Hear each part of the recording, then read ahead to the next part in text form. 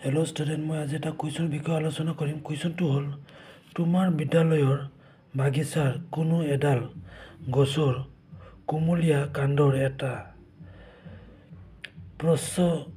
প্ৰস্থচ্ছেদ কৰি অনুবীক্ষণ যন্ত্ৰৰ সহায়ত লক্ষ্য কৰা।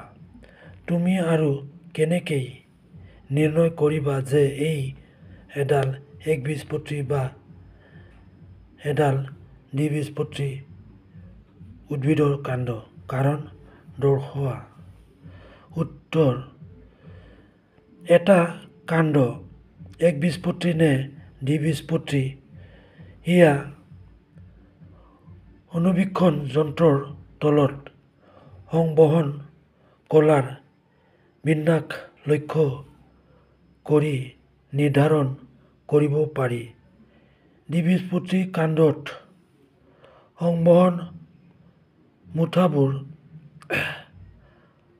পৰিধিৰ চাৰিওফালে এটা সুকীয়া আঙুঠিৰ দৰে সজোৱা থাকে।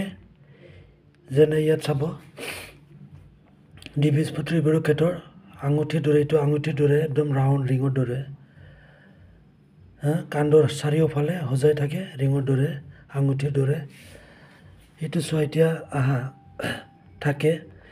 ইয়াৰ বিপৰীতে একবীজপত্ৰী কাণ্ডৰ প্ৰস্থচ্ছেদত সংবহন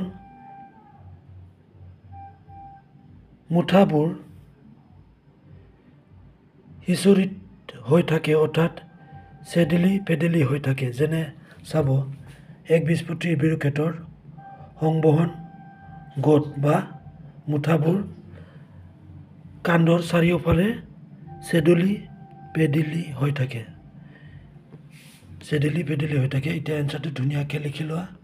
পিকচাৰটো তুমি আঁকিব নালাগে, এইটো মই জাষ্ট বুজাৰ কাৰণে দিছোঁ। আচল কাৰণটো হ'লে এইটো আমাৰ কাৰণটো। এতিয়া এনচাৰটো ধুনীয়াকৈ লিখি লোৱা।